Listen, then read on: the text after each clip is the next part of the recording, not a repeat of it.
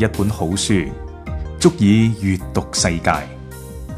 一杯好茶，可以品味人生。英傑主持茶道，體驗茶嘅魅力。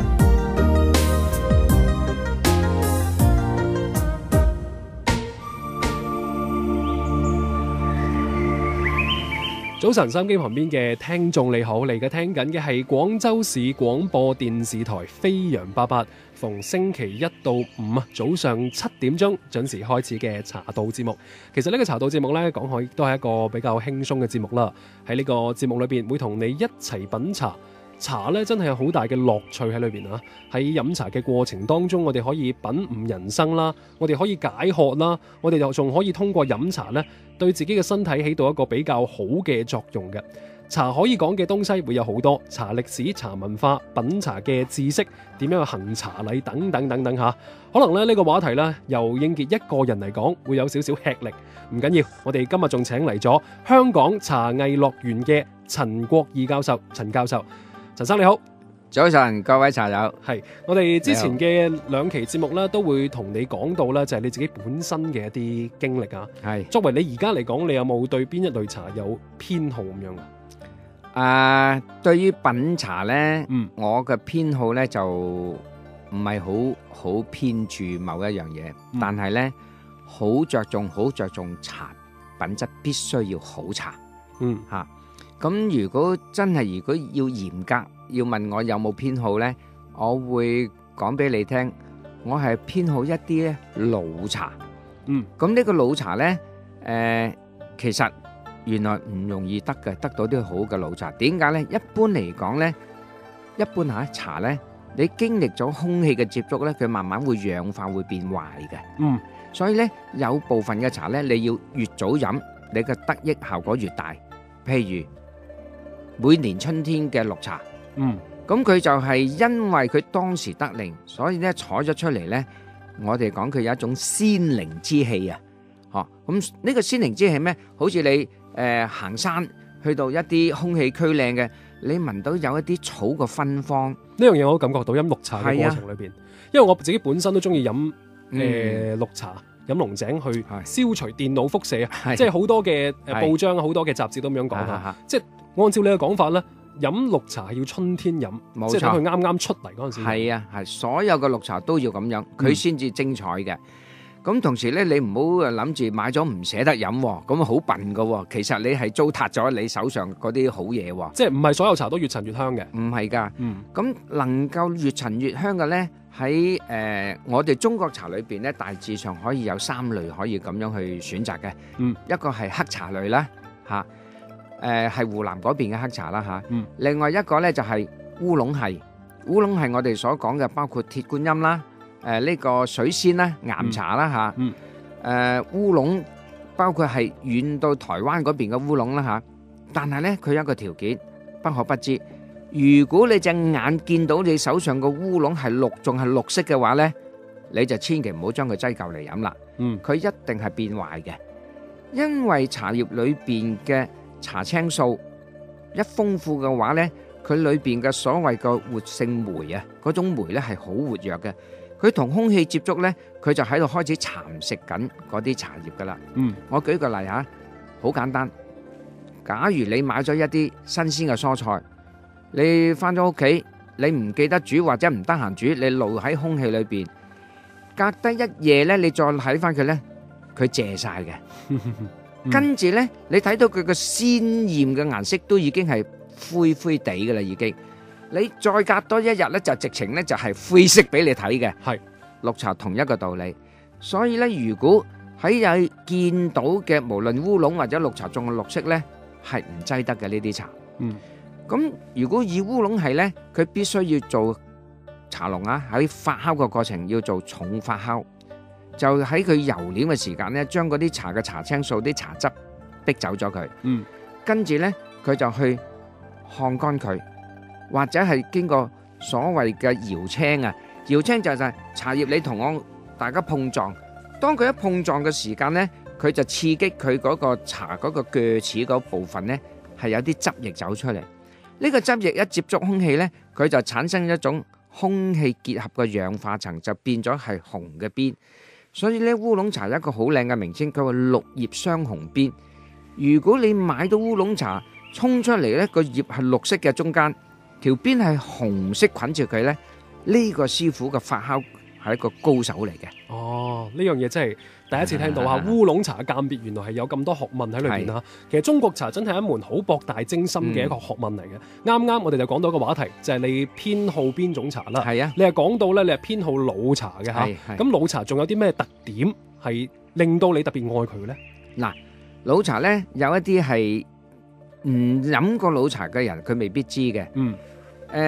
等於簡單講，如果我哋翻屋企煲咗煲湯，嗰啲叫做3滾2滾，咁咧入口咧嗰啲水咧仲飲得到出嚟嘅啲水味啊。嗰啲愛嚟熬啲湯呢，啲嘢仲係好清嘅，係嘛？好啦，如果你真係經過一個足時間去熬出嚟嘅湯呢，我哋叫做老火湯。哇！你一入口嗰陣水質嘅滋味有個陣容喺度嘅，有個厚度嘅。然之後咧，你飲落去咧，佢啲味已經咧係調和晒噶啦。瓜啊、菜啊、肉啊、骨啊，冚唪唥混成一體噶啦。哇！即係你飲到嗰個味道好豐富，但係又唔知道肯定係乜嘢味嚇，但係好過癮喎。跟住吞落去咧，嗰啖湯好似喺個喉嚨度按摩，咕一聲按落去就唔係嚼咁跌落去嘅喎。係，哇！呢種成個過程嘅享受咧係此其一。但係咧，你入咗身體裏邊咧，好得意，你唔想做嘢嘅，你好想閉目養神，就享受嗰剎那，係冇任何嘢俾你嘅，不過係一個時空，你成個身體就喺空氣中裏邊咧，霎時間停滯咗咁樣啊！係啦，你停滯享受嗰個 moment 咧，就係話，咦，點解會咁舒服、咁安樂嘅？我又唔係有金銀珠寶喺我身邊，又唔係話食咗啲好靚嘅嘢，但係硬係嗰剎那咧，你係無所事事，但係享受嗰種時空咧，係好滿足嘅。咁就等於咩？等於一個人，哇！佢即係操勞咗一段時間10日8日，哇！突然間俾佢可以瞓翻陣、挨翻陣，就嗰剎那你覺得哇好高享受喎，係嘛？唔係物質上所俾到你嘅滿足，就係嗰種身體，你其實係一種調息，一種調息茶。如果係老茶呢，佢更加唔單止你外在嘅調息，就係你五臟裏邊嘅調息。好舒暢嘅，同你一個身體嘅反應比較好啊！呢個亦都係你最中意老茶嘅一個原因之一。咁你對老茶嘅呢種特別嘅偏愛啦嚇，其實中國茶嘅分類就好多嘅嚇，紅黃白綠黑青有成6類咁多。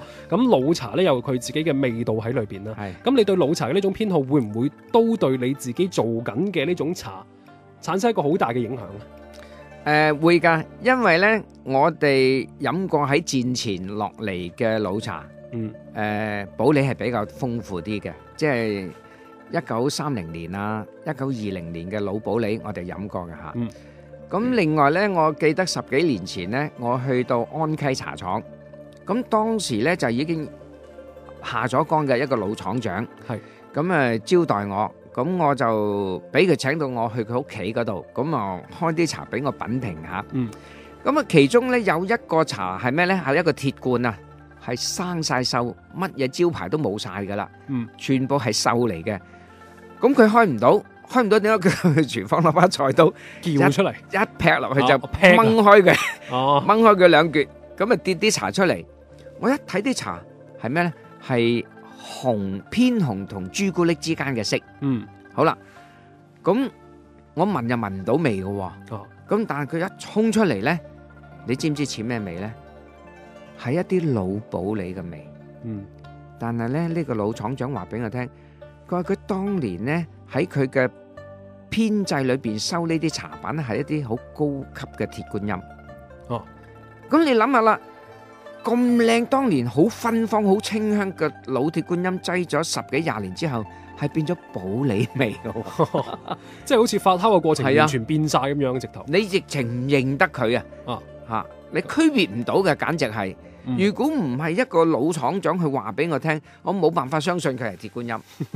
咁飲落之後結果係感覺係點樣？嗱，佢就係咧俾到你一種好純和、好舒適、一種好似好平安嘅，令你入咗一個身體裏邊，你係默默無言嘅，就係好享受嗰種平靜嘅一種感覺。即係一種茶就唔單止係一種飲嘅感官上面嘅感覺啊，另外俾到你嘅享受其實係一種比較複合嘅感覺嚟嘅。嚟緊我哋亦都會參加廣州茶博會啦，而之前你參加過嘅香港茶博會咧，呢一隻獲獎嘅五穀豐收會唔會都有呢種咁樣嘅老茶嘅味道喺裏邊嘅？其實佢暫時未出到呢種效果，但係咧講現時即係話3幾年嗰個陳化嘅茶質嚟講咧。佢就真係嗰個風采依然啊！即係你仲飲到佢嗰種山頭氣，飲到佢未轉化成熟之前，即係好似啲青春少艾嗰個活潑嘅味道。但係咧佢靚係靚在佢嗰種回甘咧，係俾你一個好全面嘅牙面啊、牙腳啊、脷底啊都有一種生津嘅感覺。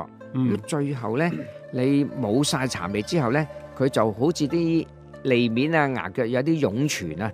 慢慢耐唔中係滲啲津液，慢慢又耐唔中滲啲津液出嚟，咁你就覺得好舒適嘅喎，好似比飲任何嘢都高度滿足咁樣嘅喎。佢仍然保持有一個咁嘅風采喺度嘅。香港茶博會咧，亦都係令到你可以話係有收穫嘅一次茶博會啊。因為之前自己嘅努力啦，終於係得到回報啦嚇。五穀豐收呢一隻嘅茶，確實係令到你咧自己獲益良多啦。嚟緊仲有啲乜嘢活動參加啦嚇？其實陳國義教授。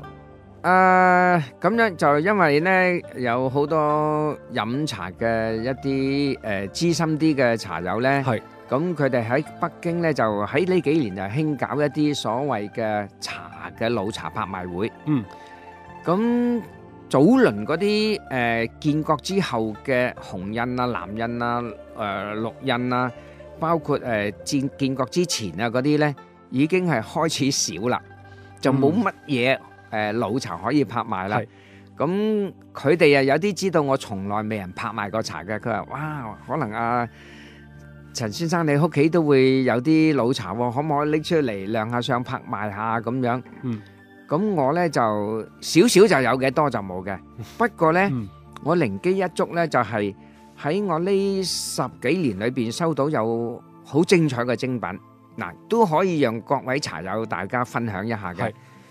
譬如你哋知唔知道喺我哋中國家下現存僅有仲生存喺嗰個山頭上高嘅一棵茶樹嘅樹齡係幾高呢？已經係達到3200歲。哇！即係去到中國歷史嚟講，差唔多去到先秦時期嘅喎已經。唉，你講起呢個歷史，我真係有啲啟動啊當時嘅心情啊。喺千禧年嘅時間呢。呢個鳳慶茶廠嘅廠長，佢就當時咧嗰個書記咧就管理埋間茶廠嘅，好有趣。咁佢嚟香港咧就係探我，咁啊當時就經廣州一位冼先生，一位咁嘅又係一位茶友啊介紹佢過嚟，咁佢送咗一餅茶俾我。咁佢就寫住茶黃餅3隻字。咁我當時咧收到呢份禮物呢，就不以為意，因為呢國內好多人都話自己乜乜黃乜乜黃，即係特別茶就好多茶黃出現嘅，所以不以為意。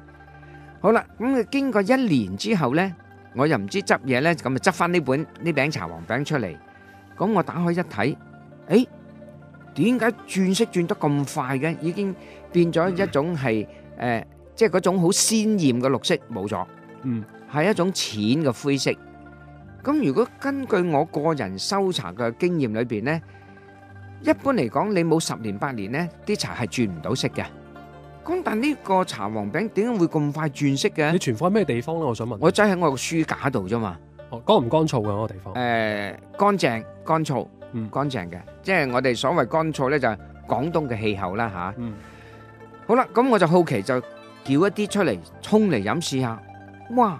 一飲發現呢，同我當時睇到呢餅茶我都有試味嘅，嗰時仲係青綠味嘅，係完全唔同咗嗰種味啦。咁然之後呢，係帶咗一種好平和嘅一種氣息俾你。咁我就覺得，咦？呢餅茶轉得咁快，跟住冇幾耐就有回甘咯。我知道係好嘢。咁我開始呢，就對呢餅茶黃餅有啲興趣，就要追尋下佢個來歷，同埋點解佢叫茶黃餅。卒之唔問由是可，一問之下，佢話呢棵茶樹已經3700幾歲啦，當年嘅考察啦，即係嚟自嗰棵樹嘅，係啦。咁後期咧就經幾個鑑定，最後選取咗日本嘅鑑定係3200歲。咁我就好有興趣要去拜訪呢棵茶黃樹，所謂尋根究底啊嘛。好啦，咁我真係咧喺2002年呢就去探訪呢棵樹。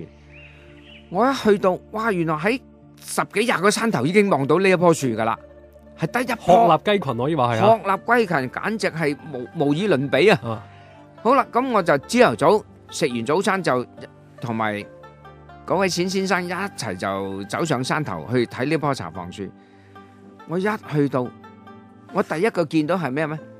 佢嗰啲樹根喺地面浮上嚟噶，哇！原來伸展到好遠啊，盤根錯節啊，個根扎得好深，幾丈遠啊，直情根係亦都好廣。係啊，我先至知道咩叫做老樹盤根啊！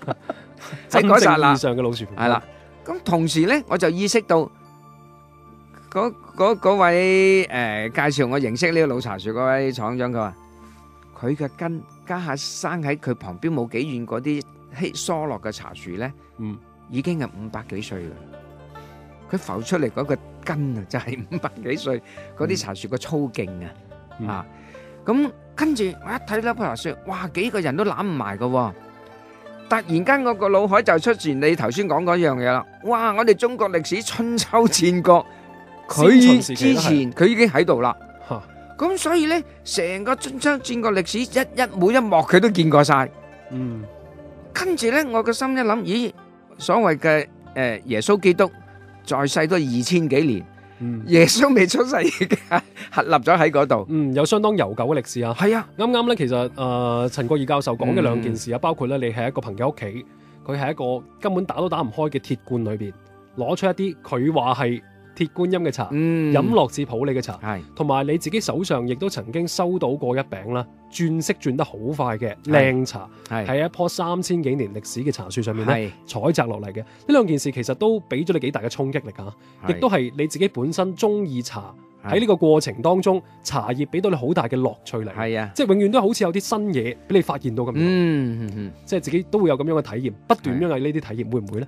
啊，係啊，我呢就係覺得茶呢喺表面上呢，你只係睇到茶呢個字吓，或者你擴闊啲茶場或者山頭啊，但係原來茶裏邊呢，佢包括咗天文地理、歷史、氣候、品種、地域，哇！真係嗰種知識，包括埋你收藏嘅一啲唔同嘅人收藏出嚟嘅味道，或者我哋中國有啲氣候好乾燥嘅，好似廣東區呢就比較潮濕嘅，大家同擠一批茶呢出嚟嘅效果都唔同嘅。嗱，我啱啱呢喺上個月我自己收翻一批茶，我就係擠咗喺雲南3年幾，我擠咗有喬木、有熟茶、有生茶，擠咗喺雲南嘅元江嗰個一個學校，佢改咗做茶倉啊。咁同樣嘅品種，我擠咗一批喺香港。咁啊啱啱咧上個月收咗翻嚟咧，我同樣試對比較，發現一個好大嘅學問。擠喺雲南元江嗰度咧，嗰個茶咧轉化得好慢，冇乜嘢嗰種叫做驚喜啊。但係喺香港呢度，我所同樣收藏嘅茶咧，佢入口嘅口感已經係順和味咗，順喉咗，嗰種口感係舒適咗。但雲南嗰個仲係有啲生嘅感覺。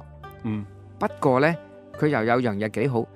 如果茶嗰個香氣嗰個表現呢，佢嗰邊大部分呢都仲係好活潑啊。茶嘅香氣，而香港嘅香氣呢就冇佢咁揚嘅。咁所以呢，俾我聯想到我哋成個廣東區，如果要擠普洱要陳化呢，係一個好地方。即係佢嘅濕度，整個嘅一個環境啊，非常恰當。即係其實唔同嘅地方，同一種出產嘅茶，放喺雲南、香港兩個唔同嘅地方，緯度唔一樣啦，濕度唔一樣，溫度嘅變化亦都唔一樣啦，等等，佢出嚟嘅效果居然係會咁唔同嘅。咁嗱，我哋講翻呢個你嚟緊諗住參加嘅北京拍賣會啦，當中有啲咩好嘅嘢可以介紹俾我哋嘅聽眾？嗱，我將會咧拎1兩餅呢個我手上藏有嘅全中國最稀罕嘅所謂茶黃餅。咁拎去拍賣或者展示一下啦。咁啊，包括戰前嘅保利，咁我又有少許啦。咁啊，戰後咧比較出名嘅有一個所謂紅印啊，嚇。咁因為當時咧，我哋建國嘅口號叫做紅色的中國啊嘛。所以咧，第一批收歸國有嘅茶咧，佢個包裝設計就係叫做紅印嚇。咁另外咧，就因為喺我早期啱啱入行嘅時間咧，咁啊叫做係血氣方剛，敢作敢為。我嗰時唔係好識茶啫嘛，我竟然咧係同孟海廠一買咗30噸生保利。哇！你真係有膽識啊！當時30噸喎。嗰時咧呢個行家咧就將呢批茶咧就拎咗落香港，拎咗啲樣板。咁啊，佢梗係揾咗啲老行專先啦。嗰時我哋啲初哥嚟噶嘛，咁啊唔係好多人中意揾我哋嘅，咁啊去咗啲老行專。所有啲老行專一概冇興趣，咁最後就呢餅茶就拎到我，咁拎到嚟我方便，我一打開一睇，我都嚇咗一跳。我話喂，嗰位先生姓陳嘅，叫陳強啊，佢而家仲喺香港嘅。我話喂，陳生，點解你呢餅茶綠色嘅？你叫做保利？佢話係啊，呢個真係保利嚟嘅咁樣。佢話呢種叫做青保利，佢話香港人唔興嘅咁樣。上高咧都有啲人飲下嘅咁樣。我話咁樣啊，咁樣好難賣㗎喎。咁但係我個好奇心又好重喎，咁啊幾大都叫一啲出嚟沖泡試下先啦嚇。一沖咗滾水之後，一入口個啖茶倉咧係芬芳嘅。咁我從來未試過保利有芬芳嘅氣味噶嘛。咁呢餅茶咧有嗰一種大自然嘅芬芳，就好似我當時好愛往大自然。去行山啊，去潛水，嗰種空氣真係好美麗，好清新嘅。俾到我一個好好嘅感覺，就係大自然。第二呢，飲完落去發現呢，哇，好快回甘喎，同埋個滋味呢喺個口腔裏邊係維持咗一段時間都唔甩嘅。青普洱啊，佢咁樣嘅一種甘香嘅味道，佢嘅茶嘅本身嘅顏色都係有少少青綠色咁樣。係啊，佢會唔會夾雜咗啲綠茶嘅味道喺裏邊？其實有類似嗰種氣氛嘅，有綠茶嘅氣氛嘅。但係綠茶嘅咧就往往俾唔到嗰種力量啊，青普洱嗰種即係所謂好飽口啊，好澎湃啊，哇啲茶滲晒入你啲牙腳啊咁樣。通常綠茶就比較少啲呢種澎湃嘅力量嘅。其實咧今日都講咗好多有關陳國義教授咧佢自己本身飲茶嘅一啲經歷啊。我比較欣賞佢嘅地方就係佢形容啲茶味嗰陣時係非常貼切，而且嗰種形容詞係一般我哋嘅茶客好難想像得到嘅。我哋喺及後嘅茶道節目當中咧會繼續請陳國義教授上嚟同我哋一齊品茶㗎。我哋呢期茶道節目嘅時間差唔多啦，下期再見啦。沐浴柔和晨光，品嘗淡雅清茶。星期一至五早上7點開始，應節主持茶道，將茶娓娓道來，用耳朵品嘗茶的味道。